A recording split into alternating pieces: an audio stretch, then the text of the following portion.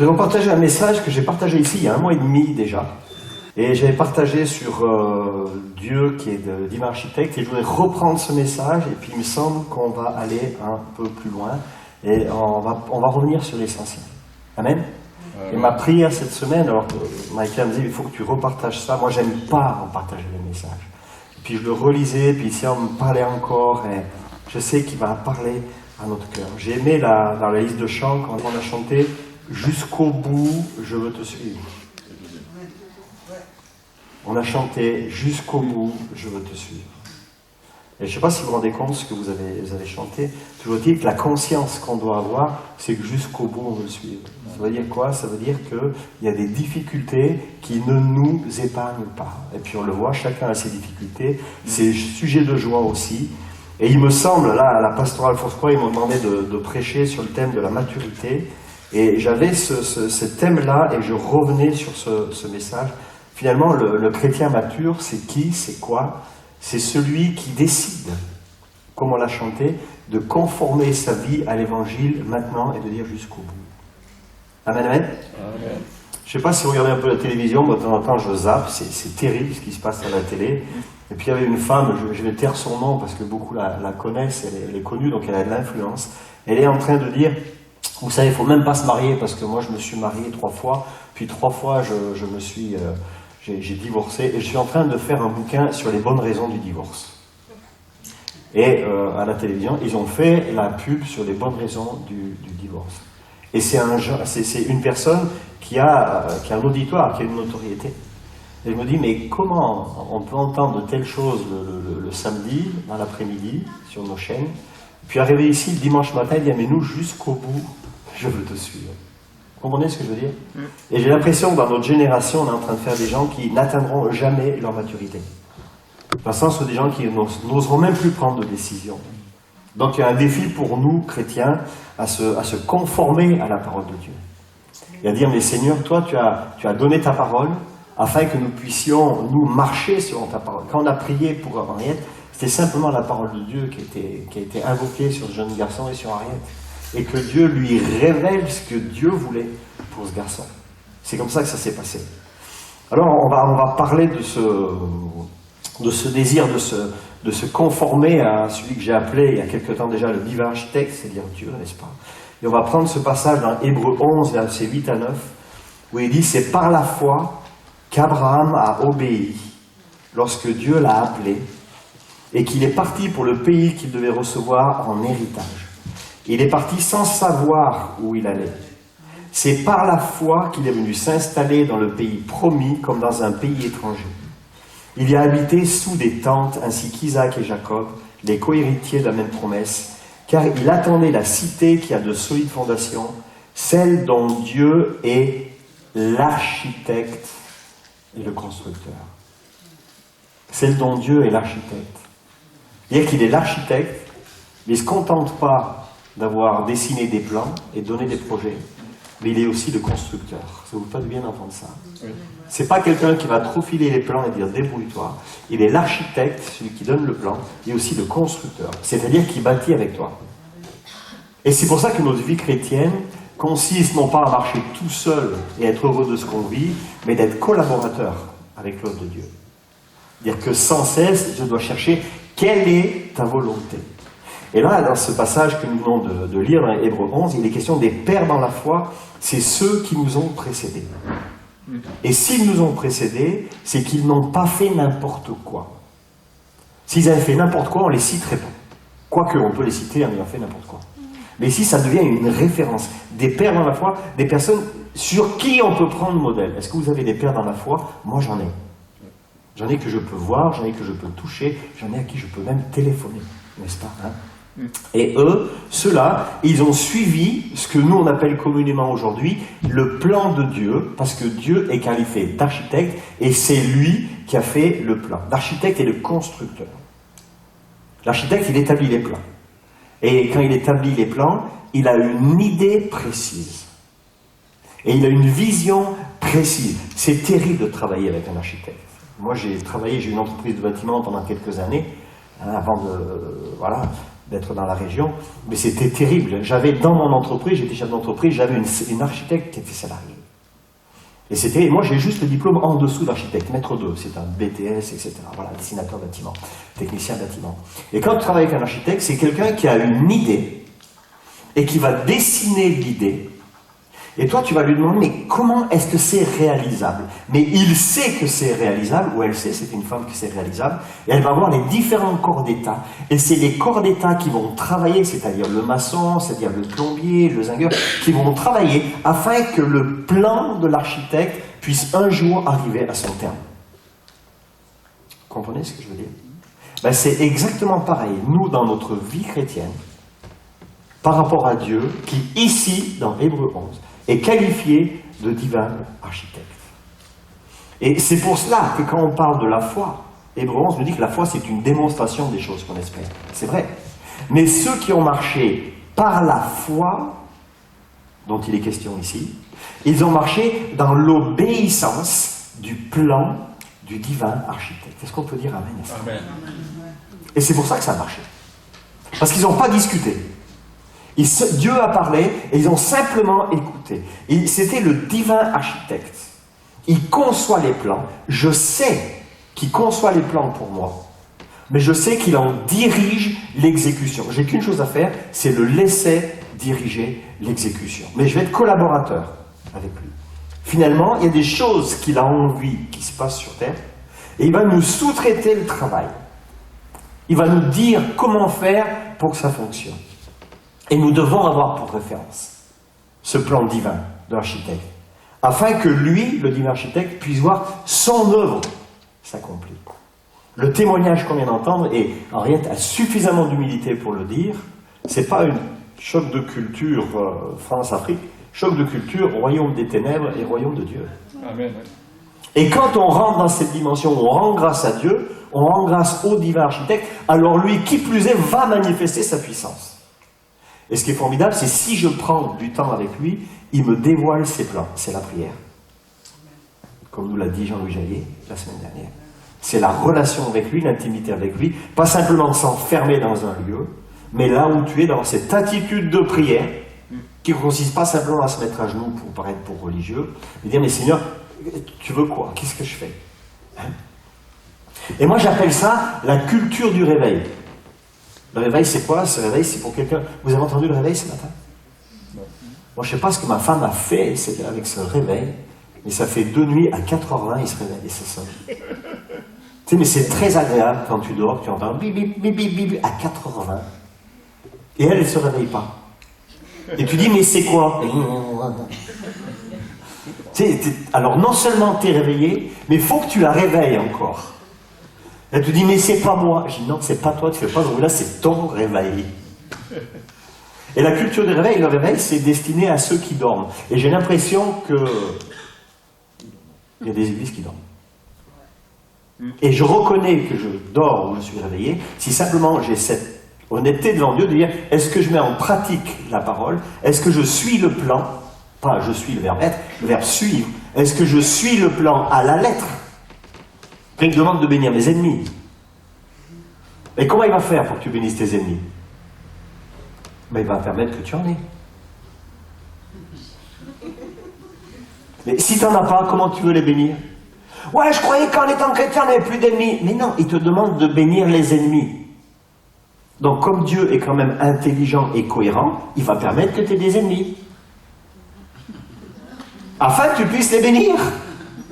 Et c'est pas le diable qui les envoie. Dieu permet. Et comme ça, tu dois les bénir. Et Dieu permet des fois que tes difficultés au niveau de ton couple, ta famille, l'argent. Pourquoi? Pour simplement vérifier. Il t'a donné le plan, il t'a donné le mode d'emploi. Est-ce que vous avez tous une voiture qui ne tombe jamais en panne? Moi, j'ai une voiture qui n'est pas vieille. Elle est tombée en panne. Mais j'ai appris qu'elle était garantie 5 ans. C'est super. Hein? Elle tombe en panne juste à quelques mètres du garage. Je vais chez le garagiste. Puis je dis voilà. Alors, il répare le truc. Il trouve la panne. Il me dit repartez. Je dis non, vous n'avez pas changé l'objet. Il me dit oui, mais ça va coûter. Je dis mais elle est garantie quand même. Il dit ah oui, elle est garantie 5 ans. Et il ne le savait pas, soi-disant. Mais il a fallu que j'ai cette panne-là pour découvrir. C'est pareil avec Dieu. Il permet que tu vives des fois des pannes dans ta vie pour que tu viennes vers lui et tu découvres la garantie. Il est mort, il est ressuscité pour toi et il a des promesses pour toi. Ça, c'est la garantie. Lui, il est fidèle et juste. Amen. 1 Corinthiens 3, verset 10, quand Paul écrira aux Corinthiens, il dira « Conformément à la grâce que Dieu m'a donnée, j'ai posé le fondement. » Donc l'apôtre Paul, c'est un disciple, c'est un apôtre, c'est quelqu'un qui vient après Christ pour implanter des églises, n'est-ce pas? Et il dira, quand il écrira aux Corinthiens, « Et conformément à la grâce que Dieu m'a donnée, j'ai posé le fondement comme un sage architecte et un autre construit dessus, cependant que chacun fasse attention à la manière dont il construit dessus. » Ça y est, Paul a reçu le plan de Dieu, il a lu le plan de Dieu, et puis il est là entre des personnes et Dieu, et il va manifester le plan en disant « Moi je pose le fondement, mais c'est à vous de construire aussi. » Et ça c'est la croissance. Ça c'est la multiplication. N'est-ce pas? À cause de son intimité avec Dieu, il savait ce qu'il faisait, et à ce moment-là, il peut déléguer et d'autres vont construire aussi. Ça veut dire que tu ne peux pas vivre tout seul, tu as besoin des autres. Dis à ton voisin, tu as compris ce qu'il vient de dire. Et l'apôtre Paul, il se qualifie lui-même d'architecte, de maître d'œuvre. Et c'est le mot architecton qui est traduit des fois par apôtre. C'est le même mot. Par moment, c'est le même mot. Mot apôtre, architecte. Pas de partout. Vous connaissez la difficulté entre le grec et le français. Hein. Des fois, les mots se regroupent et c'est pas forcément évident. Mais ici, c'est un enseignement, n'est-ce pas? C'est comme si Dieu lui-même donne des plans à certaines personnes dans les buts de reproduire finalement quoi? Le ciel sur terre. Vous ne pouvez pas penser à la prière de notre Père. Seigneur, que ta volonté soit faite sur la terre comme elle est faite dans le ciel. Puis on dit, on va chercher dans le ciel. Ça ne veut pas dire, tu regardes, tu as des nuages, tu cherches là-dedans, c'est pas ça. C'est-à-dire, quel est ton plan à l'origine? Je viens chercher le plan du divin architecte, et tu vas te servir de moi, parce que je vais conformer ma vie à ce que toi tu veux, le divin architecte, et tu te sers de moi. Et alors, ça rejoint le mot apôtre, apostolat. Ça va? Vous suivez? Ça va? Hein? Facile, hein? Comme pour un architecte, il reçoit une idée, ça suscite des personnes autour de lui pour que le projet puisse se réaliser. Et ce projet, on peut dire, c'est le ciel sur la terre, en langage évangélico, charismatico, tout ce que vous voulez. Mais c'est aussi une réalité spirituelle. Parce que quand tu bénis tes ennemis, c'est une réalité céleste. Et Dieu se sert de toi pour que cette réalité céleste, donc une autorité spirituelle, soit manifestée ici sur terre. Amen, amen. C'est une réalité. Je viens chercher ce qui est dans le ciel pour que ça se manifeste ici sur terre. Il a besoin de ce que j'appelle des sous-traitants, des collaborateurs. C'est-à-dire que nous, on collabore avec l'architecte. On réalise des projets du ciel. Et on saisit ses promesses aussi. Et ça, c'est ce mandat. Et Romains 14, verset 17, une promesse extraordinaire, je trouve.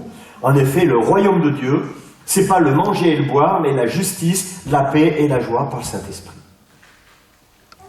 C'est pas simplement le manger. Ça veut pas dire qu'il ne faut pas manger ou pas boire. Bien sûr, moi j'aime bien manger, j'aime bien boire aussi. Hein. Avec modération, il faut le dire maintenant. Mais c'est la justice. Il n'y a que Dieu est un Dieu de justice. C'est la paix, parce que Dieu est un Dieu de paix. La joie, la vraie joie, celle où tu n'es pas obligé justement de boire ou de fumer, de faire n'importe quoi pour être heureux. C'est cette joie qui donne, et par le Saint-Esprit. Donc on a besoin encore de ce fameux Saint-Esprit. Hein. Et l'Église, la Bible nous dit que l'Église, c'est l'épouse, puisqu'il viendra chercher son Église. L'Église devrait être, ou doit être, le lieu où il y a la joie, la paix, la justice, par le Saint-Esprit. Et l'Église, c'est nous. C'est chacun d'entre nous. C'est la famille. Amen, amen. Amen. Donc le Saint-Esprit a une place centrale, c'est pas le Saint-Esprit. Hein. Alors on lui fait la place. Et dans la mesure où on lui fait la place, alors on le verra. Tu peux vivre une certaine forme de paix, mais la paix que Dieu donne, tu as besoin d'inviter l'Esprit de Dieu et de dire, Seigneur, ce que je vis, pas être dans le déni, de dire, c'est difficile ce que je vis, je ne comprends pas, j'ai l'impression que c'est pas juste, tu ouvres les portes de la vérité et de la lumière, tu parles à Dieu, comme nous l'a très bien dit Jean-Luc Jaillet la semaine dernière, tu as le droit de dire à Dieu que tu en as marre de ce que tu vis, et ça c'est l'œuvre du Saint-Esprit. C'est la réalité. Parce que Dieu voit l'état de ton cœur. Et c'est dans ce contexte-là où tu lui dis, voilà ce que je vis avec l'un, avec l'autre, regarde ma situation, regarde ça. Moi, je suis incapable d'avoir la paix. Et quand tu lui as dit ça, tu as deux solutions. Soit tu pleures, c'est pas la bonne. Soit, voilà l'état des lieux, Esprit de Dieu, il n'y a que toi qui peux me donner la joie et la paix. Amen. Marie-Flore, tu vas avoir des sous. Je cherche des supporters. Demandez à Marie-Flore combien elle est rétribuée. Alléluia. Amen, amen. Et c'est en faisant un état des lieux honnête que tu vas recevoir ce qui vient du ciel. Seigneur, j'en ai marre. Seigneur, ceci. Seigneur, cela. Seigneur, ceci. Tu chiales, tu pleures, tu manifestes l'état de qui tu es vraiment. Et c'est dans la lumière-là que l'Esprit de Dieu permet que la joie et que la paix puissent venir. Et non pas la déprime. Tant que tu fais croire que tu es dans la paix, tu as la paix que toi tu te donnes. Mais elle n'a rien à voir avec la paix que Dieu veut te donner. Il y a quelque temps, j'entends un collègue pasteur qui a vécu des choses dans son église qui sont difficiles, tout ça. Et puis il me disait, mais j'ai été malade, mon épouse a été malade à cause de ce que les gens ont fait dans l'église. Alors j'ai prié pour lui, bien sûr. Puis après, quand je raccrochais le téléphone, je disais à ma femme, pourquoi, quand il vivait ces choses difficiles, que je l'ai appelé, il m'a dit que tout allait bien? Il a raté l'occasion de recevoir cette paix et cette joie que Dieu donne, vous comprenez? Parce que le divin architecte, il a prévu des coins et des recoins dans ta vie. Tu veux bénir tes ennemis? Eh bien, t'en as. Tu veux recevoir cette paix? Eh bien, c'est que tu l'as pas. Pourquoi il va te l'envoyer si tu l'as déjà? Tu veux être guéri? Eh bien, il faudrait que tu sois malade. On ne va pas faire un appel pour être malade. Comprenez ce que je veux dire? Mais ça veut dire simplement que Dieu connaît notre cœur, que le divin architecte connaît notre cœur, et il permet certaines choses pour que dans la lumière, sa puissance soit manifestée. D'accord, vas-y, je te donne 5 € si tu viens. Henriette, tu vas être rémunéré pareil aussi, ça me plaît. Et c'est ce que devrait vivre, c'est ce que nous devrions vivre. Parce que Dieu va venir chercher une église glorieuse.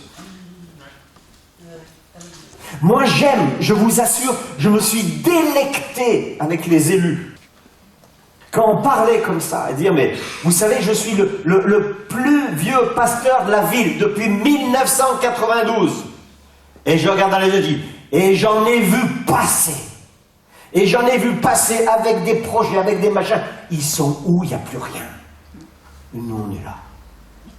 Amen. Amen. Vous savez pourquoi? Parce qu'il a un plan. Amen. Et quelle grâce, petit à petit, de conformer ça. Il l'a dit tout à l'heure. Et on ne s'est pas vu avant. On ne s'est pas vu, je ne voulais même pas lui parler. Je ne voulais pas qu'il soit influencé par la parole qui allait venir maintenant. Ce qui compte, ce n'est pas le début, mais c'est la fin. Amen. Ce qui compte, ce n'est pas le début. Jusqu'au bout, je veux te suivre. De gloire en gloire. Et c'est quoi de gloire en gloire? C'est que tu vis une situation difficile et en t'approchant de lui, tu vas goûter la gloire de Dieu. Il va faire quelque chose que toi, tu ne peux pas faire. Henriette était incapable d'amener la paix à cet enfant. Celles qui ont essayé avant, elles se sont fait casser la figure, vrai ou pas vrai? Elles se sont fait bousculer et elles ont démissionné.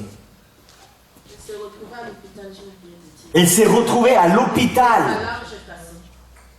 À l'hôpital.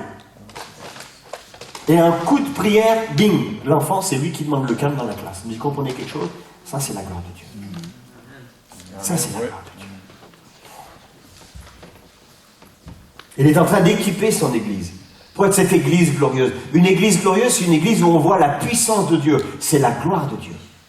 Et la gloire de Dieu, c'est pas qu'on prie pour toi, puis que tu aies des frissons, que certains tombent, et c'était bien, puis des bons chants. C'est pas ça. Ça, c'est la cerise sur le gâteau. Ça, c'est le bonus. Et quand il y a le moment de louange, j'étais assis, je dis, super. Mais combien vivent cette intensité la semaine? Et je ne vous demande pas de répondre. Comprenez ce que je veux dire? Donc Paul a ce plan de Dieu pour établir l'Église. Il va mettre en garde contre les faux apôtres. Aussi, il y en avait déjà. 2 Corinthiens 11, versets 12 à 15.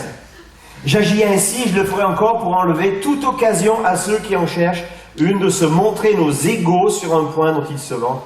Ces hommes-là sont de prétendus apôtres, des ouvriers trompeurs déguisés en apôtres de Christ. Et ce n'est pas étonnant puisque Satan lui-même se déguise en ange de lumière. Il n'est donc pas étrange que ses serviteurs aussi se déguisent en serviteurs de la justice, leur fin soit conforme à leurs actes. Et là, il est question d'ouvriers trompeurs. Ce sont ceux qui sont déjà dans les églises, qui prennent les membres de l'église pour faire leur propre affaire. Je suis content parce qu'il y a David, c'est mon petit voisin qui est là à côté. Enfin, petit, tu as 1m74, non? T'as la taille idéale, la mienne. C'est ça, ouais. Première fois qu'il met les pieds dans l'église évangélique. Et il est question d'ouvriers trompeurs. Il me disait, mais dans ce département, il y a beaucoup de sectes, des gens qui prêchent ceci, qui prêchent cela. Mais David, déjà dans la Bible, ici, il y a 2000 ans de cela quand même, il était question d'ouvriers trompeurs. Et puis aujourd'hui, et je partageais ça hier soir avec Marie-Claire, mais c'est tellement facile, vous allez sur Internet, et puis vous écoutez un prédicateur, vous pouvez prendre des phrases qui vous plaisent, ici, des phrases qui vous plaisent là, des phrases qui vous plaisent là, et puis vous devenez vous-même un prédicateur. Où sera l'onction? Où sera l'onction? Il n'y a jamais eu autant de faux apôtres, de faux prophètes, de faux pasteurs. Il n'y a jamais eu autant de personnes qui sont fait séduire par ce qu'on appelle des loups ravisseurs. Le loup ravisseur, c'est celui qui est dans l'église, qui prend des gens de l'église pour les amener à faire son business. Comme a dit Jean-Louis Jaillet, encore la dernière fois, ils n'ont pas l'onction, ils ont la ponction. Et ils vont vous ponctionner. Et vous allez penser participer à leur œuvre. On ne va pas dire combien ils sont déjà fait ponctionner. Moi, je me suis fait ponctionner, je me suis fait avoir. Après, on a l'excuse, mais oui, on a donné pour le royaume de Dieu, c'est vrai. Mais que ça nous sert de leçon. Amen? Amen. Parce qu'on n'a pas le temps à peine. Ça se passait déjà du temps de Paul, ça se passe de nos jours. Hein? Personne qui demande des offrandes de façon sournoise. Puis le truc, c'est je vis par la foi. C'était déjà ce qui, on ne va pas prêcher là-dessus. Ce qui se passait du temps de Paul. Ils vivaient par la foi, Dieu leur avait parlé. Alors, divin architecte, lui, il a donné son plan à son église, à son épouse. Éphésiens 3, verset 10. Ce que j'aime ce verset. Ce que j'aime ce verset. Ainsi, les dominations et les autorités dans les lieux célestes connaissent maintenant, par le moyen de l'Église, la sagesse infiniment variée de Dieu, conformément au plan éternel qu'il a accompli en Jésus-Christ notre Seigneur. Un verset incroyable quand on pense que Dieu est le divin architecte. Les dominations et les autorités, donc il est question des puissances spirituelles, dans les lieux célestes, c'est ce qui nous entoure, connaissent maintenant par le moyen de l'Église, par notre moyen, la sagesse infiniment variée de Dieu. Ces puissances spirituelles, elles sont abasourdies de voir combien Ariette a confessé la parole sur ce petit jeune, et nous-mêmes en groupe de maison, et ce petit jeune a changé, et ces autorités spirituelles mauvaises ne pouvaient rien faire à cause de la prière de l'Église. Amen. Amen. Là, on peut applaudir le Seigneur quand même. C'est lui qui l'a fait. C'est une autorité qu'il donne. Alléluia. C'est une autorité qu'il donne. Waouh. Regardez toujours Éphésiens 3:10. Les dominations, les autorités dans les lieux célestes connaissent maintenant par le moyen de l'Église la sagesse infiniment variée de Dieu, conformément à quoi? Conformément au plan éternel. On revient encore au plan de Dieu. C'est pas magnifique? Au plan du divin architecte, yes! Et ce plan, il l'a écrit il y a quelques années, mais il nous le dévoile au fur et à mesure, au plan éternel qu'il a accompli en Jésus-Christ notre Seigneur. C'est pour ça que Jésus est venu, pour nous rendre libre l'accès auprès du Père. Jésus est venu, il est mort et il est ressuscité, afin que nous ayons accès auprès de Dieu. Plus besoin de passer par un intermédiaire. Tu peux prier tout seul dans ta chambre et il peut te parler. Après, vérifie que ce soit conforme à sa parole. Et par exemple aux autorités locales. Parce que sinon, c'est tes émotions. Ce sont tes émotions. Ce sont tes pensées. C'est ton orgueil. Ta soif de réussir qui peut te parler. Ou ta soif de voir les choses s'arranger aussi. Comprenez ce que je veux dire? Hein? Conformément au plan, dans le sens que l'Église devient une Église comme un architecte qui a un plan, et l'Église a une vision. Il y a peu d'Églises qui ont une vision. Et moi, je me plais, j'accompagne des églises, et je vous assure, je me délecte à accompagner des églises. Et la première des choses, je dis, là, j'en suis une sur, voilà, pas loin d'ici, je dis, mais c'est quoi la vision? Elle a des années. Et le pasteur est incapable de me donner la vision. Alors vous savez quoi? On travaille sur la vision. Et comment je vais? Je vais au fond de son cœur. Et je parle de formation. Je dis, est-ce que vous parlez tous le même langage? Tu veux dire quoi? Est-ce qu'il y a une école biblique? Est-ce qu'il y a un enseignement? Est-ce que les gens qui viennent deviennent des chrétiens matures et intelligents? Est-ce qu'ils savent l'histoire de Jésus? Alors on enseigne sur le salut, mais c'est pas ça. C'est beaucoup plus profond.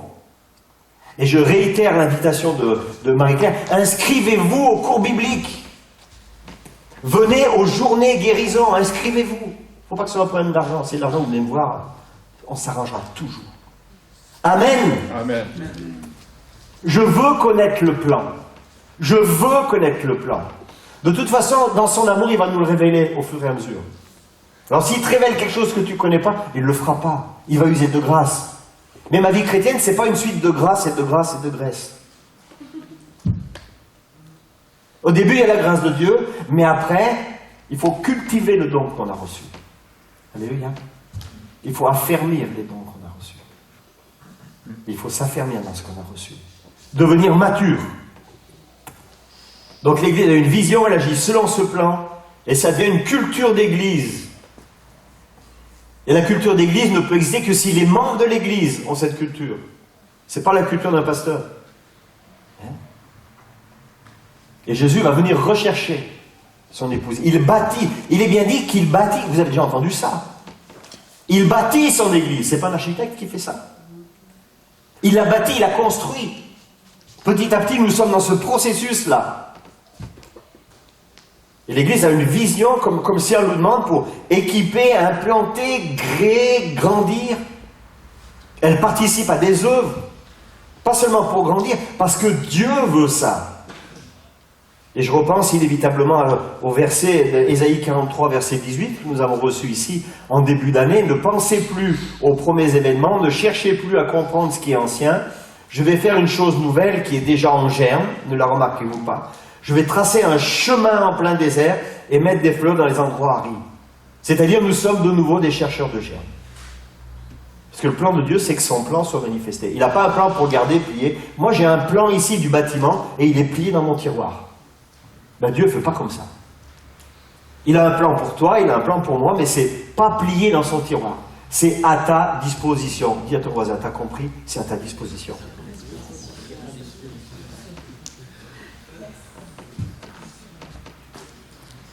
Et il compte sur nous pour que son plan soit manifesté ici sur terre.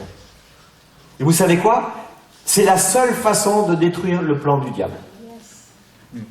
Moi, le plan du diable, c'est que je continue à travailler dans les... C'était que je continue à travailler dans les boîtes de nuit. C'était que je continue à tromper ma femme. C'était que je continue à me droguer. C'était que je continue à voler. C'était que je continue à mentir. Ça, c'était le plan du diable. Mais quand c'est intervenu, le plan de Dieu a été manifesté. Et ça continue encore maintenant. N'est-ce pas? Lorsque son plan dans ta vie est établi, ici sur terre, dans ta vie, ça détruit le plan que le diable avait prévu pour toi. Ça, vous devriez le mettre. Parce que le plan du diable, c'est ce que c'est le plan du diable? C'est tout ce que tu as fait et que tu regrettes. Tout ce qu'il t'a amené à faire. Et lui, il a un plan et il demande l'autorisation à personne. Et celui qui demande l'autorisation à personne s'appelle un voleur. La Bible nous dit encore qu'il est le prince. C'est un voleur de temps, un voleur de santé, un voleur de passion, un voleur de but, finalement un voleur d'âme. Et quand tu trouves ce germe dont il est question dans Ésaïe, tu détruis l'œuvre du diable, c'est-à-dire que tu deviens toi-même l'architecte de ta vie. C'est pour ça que tu vas conformer ta vie sur le plan de Dieu. Par exemple, quand nous on organise les réunions, miracles et guérisons, prêcher le royaume de Dieu, guérir les malades, c'est le plan de Dieu ou le plan du diable? Pour vous, c'est le plan de Dieu. Quand il y a les offrandes que tu donnes pour l'œuvre de Dieu, pourquoi c'est difficile de donner pour certains? Parce que c'est bien qu'il ne donne pas. Parce qu'il sait que quand tu donnes pour aider, tu vas détruire son plan. Et non. C'est pas, la réalité, c'est pas tu as ou tu as pas. C'est faux. Ça, c'est ce que toi tu penses. La réalité, c'est que l'adversaire, il sait que si tu donnes, que nous allions aider les nécessités de la ville, c'est le plan de Dieu. Donc quand tu donnes ne serait-ce que 1 euro pour aider les nécessiteux, lui dit, zut, le plan de Dieu va être manifesté au travers de cet euro-là. Et toi, tu penses, c'est parce que j'ai, c'est parce que... Non, c'est ton raisonnement humain. Mais le combat qui est un enjeu spirituel, il est tout autre. Est-ce que vous avez compris cela? Est-ce que nous avons compris cela? Amen, amen. Amen. C'est pas une question d'argent. Et c'est pas une question de théo que t'as pas. Hein? Et quand on donne, c'est pour ça, ça a été dit pour que le royaume de Dieu avance. Alors c'est un gros mot, un beau mot, le royaume de Dieu. Ça, c'est une expression chrétienne. Ça veut dire que ce que Dieu veut que je fasse, je puisse le faire. Quand nous avons nos réunions miracles et guérisons, et pourquoi l'église est remplie? Parce que les gens sont malades. Ils sont malades dans leur corps, ils sont malades dans leur cœur. Et puis franchement, quand tu écoutes les infos, il y a de quoi être malade. Au conseil municipal, samedi matin, un homme a dit ceci, il faut dire que je me souviens de cette phrase, je ne crois pas que je l'ai notée. Il faut qu'on passe du temps maintenant à gérer nos émotions lorsqu'on a entendu les journalistes et la télévision. Vous vous rendez compte? Et non. Conseil municipal d'Agen. Et moi j'entendais ça, je disais, mais il est en train de parler qu'avec ce royaume ici sur terre, il en a marre, il ne veut plus se laisser aller par ses émotions, et par ce que disent les beaux journalistes, la télévision et le reste, mais il veut recevoir d'en haut. Amen, amen. Amen. Il a besoin de Christ. Simplement. Ce matin, je dis avec Marie-Claire, c'est quand même incroyable. Ah, j'ai passé 2 jours, là, j'ai zappé un peu, là, j'attendais, je pensais qu'il y avait une coupe de monde de rugby qui se présentait, donc un peu plus de reportages sur le rugby. Et j'ai vu quelques émissions à la télé que je ne connaissais pas. Et il y en a, c'est une nuit de noces, je ne sais pas quoi, c'est quoi? C'est un voyage de noces à faire. Lune de miel. Je ne sais pas, vous avez vu ça déjà? Non. Alors vous avez 4 couples. 4 couples, ce sont des gens qui sont fiancés, je crois, ils ne sont pas mariés, enfin ils sont fiancés, ils ensemble ou pas, peu importe. Mais ils vont se marier et ils présentent leur mariage. Et les 4 couples vont successivement au mariage de... Vous avez vu ça à la télévision? Oui. Non mais n'ayez pas honte, hein, vous n'êtes pas... Voilà, 4 mariages. Il n'y a pas un enterrement, mais pas loin. Hein? 4 mariages, une lune de miel, c'est ça. Mais c'est terrible parce que les 3 couples donc, sont invités, ou les 3 femmes sont invitées, mais après elles se massacrent. Oui, ta robe était pas belle, et puis l'entrée c'était dégueulasse. Et puis la musique, ah ben j'ai pas dansé, elle était... Mais tu viens me dire ça, moi je te casse la tête quoi. Non, je te bénis parce que... Mais vous comprenez ce que je veux dire? C'est qu'au travers de cette émission-là, on apprend la critique. Tu vas partager un événement majeur, un mariage, et puis après tu te fais casser par ceux que tu as invités. Bon, ça nous est déjà arrivé d'ailleurs. Mais là, c'était à la télé, c'était une émission. Et de suite après, il y a le camping. Des gens qui ont bossé toute une vie, ou qui ont investi beaucoup d'argent, qui ont un camping. Et ils invitent 3 autres couples qui ont eux aussi des campings. Et au lieu, normalement, de se respecter, puisque chacun a dépensé beaucoup d'argent, alors il y en a un qui rentre dans un mobil-home et dit « Ouais, le mobil-home, il est pourri. » Et puis après, ce qu'il mange, c'est pas bon. Et toujours, c'est de la critique, et certains pleurent. Et après, il y a des paroles de haine, des paroles « Oui, mais alors j'ai fait ça, mais c'est pas normal, moi aussi, je vais les casser. » Mais vous savez, alors, il y a ça, il y a ça. Koh-Lanta, moi, au départ, c'est du sport, Koh-Lanta. Non! Il y a un peu de sport, mais après, il faut se mettre avec quelqu'un pour casser l'autre. Après, il y a les jeunes, là, dans la maison. Secret Story, c'est ma femme qui retrouve les titres. Il faut soi-disant découvrir le secret, mais tu casses l'autre aussi. Mais est-ce que nous comprenons ce matin que nous regardons ce que nous entendons? Est-ce que nous comprenons combien nous avons besoin de la culture du royaume? Amen. Hello. Hello. Parce que tu es conditionné par ce que tu entends. Tu es conditionné. On va te dire que le gasoil augmente de 10 centimes, il y aura la queue à toutes les stations-service, même s'il n'augmente pas. C'est vrai ou c'est pas vrai? On te dit que les impôts vont augmenter, même si tu n'en payes pas, tu flippes, tu fais flipper tout le monde. T'en payes pas! C'est vrai ou c'est pas vrai? Même si on te dit que la situation économique est difficile, tu flippes. Ça fait 20 ans que tu es dans le même job, tu l'as encore, ton patron t'a rien dit. On est si difficile. Pensez pas qu'on a besoin d'être régénéré par la parole de Dieu. Hello, est-ce que ça parle à certains? Peut-être ceux qui regardent la vidéo. Ouais, ah, j'ai noté, mariage, le camping, le dîner, et le dîner presque parfait. Mais attends, mais tu invites des gens chez toi. Tu t'achètes des produits de qualité. Tu mets la plus belle table, enfin, je sais pas. Tu fais des, tu sais, au lieu de mettre un morceau comme d'hab, là, tu mets ton petit, non, tu te crèves, tu te prépares, et les autres pingouins, je dis pingouins parce que c'est blanc devant et noir derrière, ils mangent comme ça, et puis après ils vont noter. Il y en a qui ont 3 sur 20. Ils se sont crevés la journée, ils sont allés chez le coiffeur, ils ont mis le costume neuf, 3, ils se font casser. Vous savez quoi? Ça influence notre façon de voir la vie et de considérer l'autre. Et ça touche l'Église. C'est pour ça que nous avons besoin de revenir au plan du divin architecte. Et je ne parle pas des informations. Comment on peut servir d'une image qui est même faussée pour bouleverser tout un pays, voire plusieurs pays. Hein? Tout est porté sur la critique. Faire pleurer les gens, se faire critiquer. Hein? Et ce matin, le premier chant, on a chanté « Roi des cieux, descend ». Comme cette prière du Notre Père. Et on a besoin que le Roi des cieux descende. Mais lui, il veut descendre. Mais est-ce que nous, on veut monter? Est-ce que nous, on veut lire son plan? Alors, le secret, je vous livre le secret, Matthieu 6, verset 33. Vous le connaissez, nous le connaissons. Cherchez d'abord le royaume de Dieu et sa justice, et toutes choses vous sont données par-dessus. Mais chercher le royaume de Dieu et sa justice, c'est décider de bâtir sa maison. C'est décider de conformer notre vie au plan du divin architecte. Et si je décide, et si mon premier souci à moi, c'est de chercher le royaume de Dieu, c'est-à-dire il y a des ennemis, ben je vais les bénir.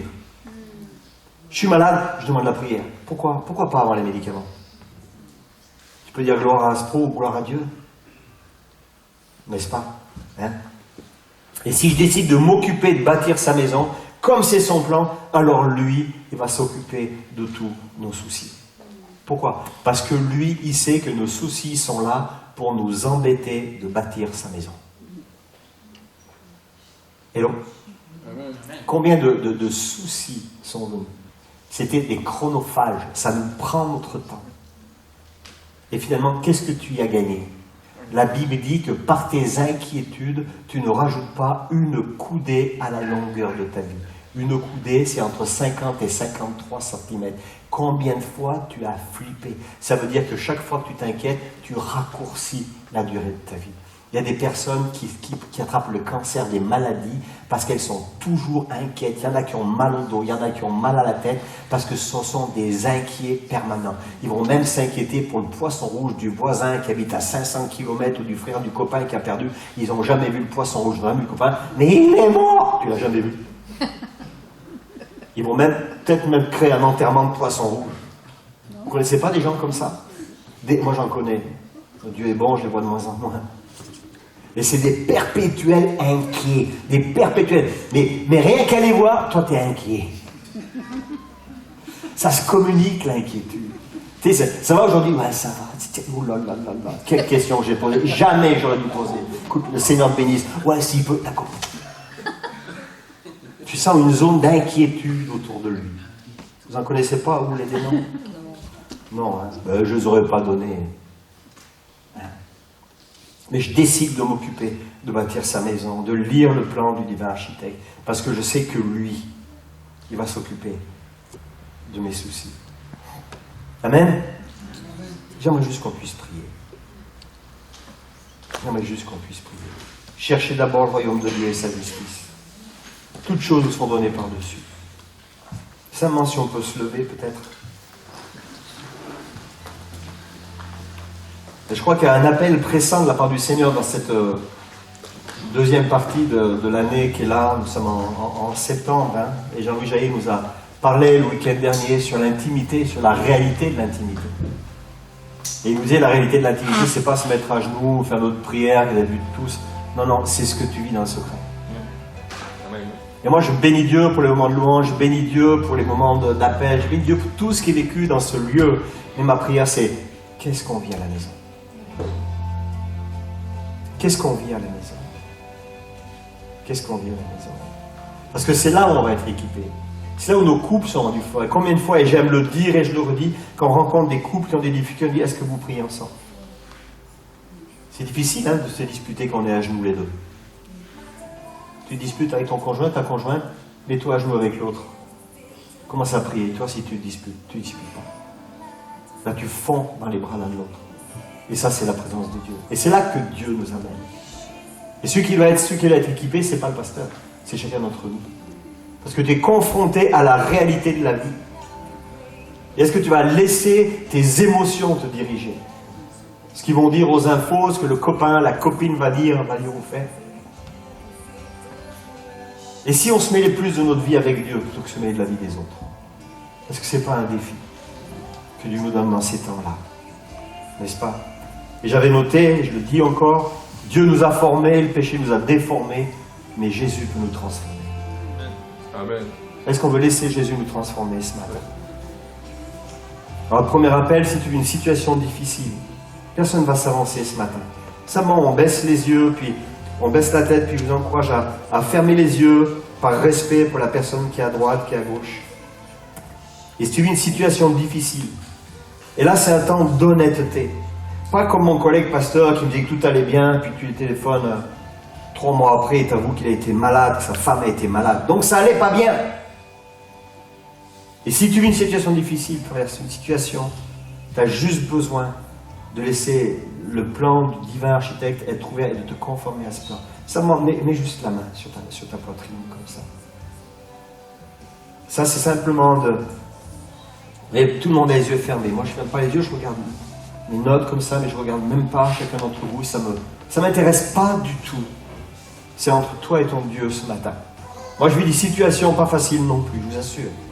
Tout comme vous, tout comme chacun. Et j'ai besoin de relire le plan et de dire, Seigneur, mais je ne veux pas me laisser envahir par ces situations. Je veux d'abord que toi, tu viennes dans ma vie. Et surtout, quand tu es dans ma vie, que je me conforme à ton plan. Que je me conforme.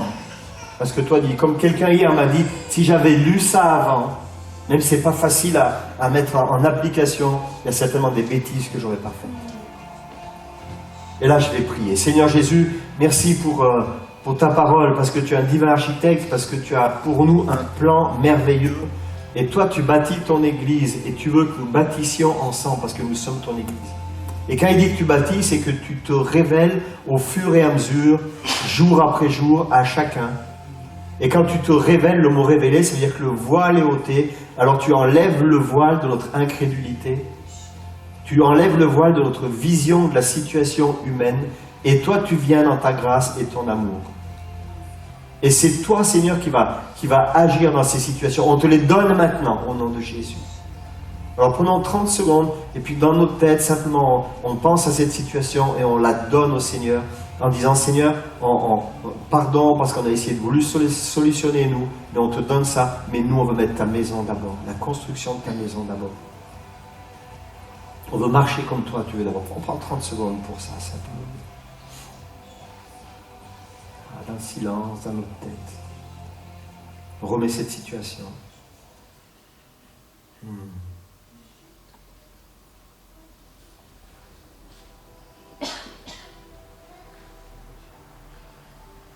Voilà. Seigneur, merci, on t'a remis cette situation et nous on veut faire de toi la priorité. Et quand on te met au centre de notre vie, on sait que toi tu t'occupes de tout ce que nous on ne comprend pas. Et le deuxième appel, c'est ceux qui sont déjà calés sur le plan de Dieu, qui, voilà, ça va, ça marche bien, et qui désirent aller plus loin. Ceux qui ont franchi cette première étape, mais qui désirent aller plus loin avec lui. D'ailleurs, on a conscience ce matin que c'est le divin architecte. Mais Dieu cherche des personnes avec qui il peut collaborer. Et collaborer, ça veut dire qu'il cherche des gens qui ne vont même pas discuter. Moi, quand j'ai mon entreprise de bâtiment, Je vous assure, tu ne peux pas travailler avec des gens qui discutent tout le temps. Et des fois, ça vient dans le caractère. Tu sais, le caractère, c'est une nature pécheresse qui est là. Et quand tu laisses la parole de Dieu venir, alors ça donne le caractère de Christ. Mais ceux qui veulent aller plus loin, qui veulent collaborer avec lui, c'est le divin architecte. Il cherche des personnes qui acceptent d'être coéquipiers avec lui, et puis qui n'ont même pas le temps de discuter, dans le sens où ce que tu as dit, le plan est là, je le sais. Il y a des ennemis, écoute, je veux bénir. Je ne veux même pas t'expliquer pourquoi c'est les ennemis, tout ce qui s'est passé, je veux juste les bénir. Tu m'appelles à participer à telle chose, je le fais. Je ne cherche même pas à comprendre. Tu me demandes de faire telle ou telle chose, je le fais. Je ne cherche même pas à comprendre. Ça, c'est la mise à disposition de notre cœur.